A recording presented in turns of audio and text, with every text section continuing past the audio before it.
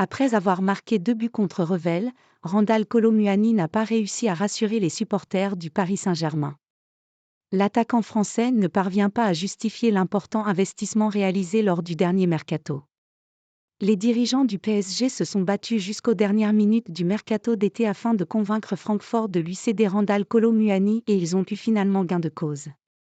Après Ousmane Dembélé, les champions de France s'offraient à un deuxième attaquant des Bleus, certains étant persuadés que Nasser Al-Khelaifi avait cédé aux exigences de Kylian Mbappé. Moyennant 95 millions d'euros, l'ancien joueur du FC Nantes a donc rejoint l'effectif de Luis Enrique, mais c'est peu dire que depuis qu'il est à Paris, Randal Kolo Muani n'est pas à la hauteur des attentes et du budget dépensé par QSI pour se l'offrir. S'il a marqué 2 buts dimanche soir contre les amateurs de Revel, le joueur de 25 ans n'échappe pas aux critiques de plus en plus vives concernant ses performances sous le maillot du PSG, au point que son avenir dans la capitale est sujet à caution.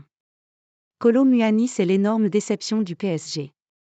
Au lendemain de la qualification parisienne, Randal Kolo Muani est le joueur du PSG le moins bien noté dans les médias. Longtemps transparent sur l'aile gauche, avant de basculer plus axial en deuxième, il s'offre un doublé qui n'efface pas une prestation très décevante, symbolisée par une énorme occasion ratée à la 85e, écrit Benjamin Carré, dans Le Parisien. Si le journaliste du quotidien francilien y va avec des pincettes, ce n'est pas le cas de Daniel Riolo qui a lui été beaucoup plus sévère avec l'attaquant du Paris Saint-Germain et de l'équipe de France.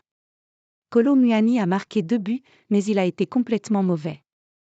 Il y a des joueurs qui ne sont pas bons, mais comme ils jouaient contre une opposition très faible, on pouvait se dire qu'ils allaient se régaler ou afficher un visage plus confiant.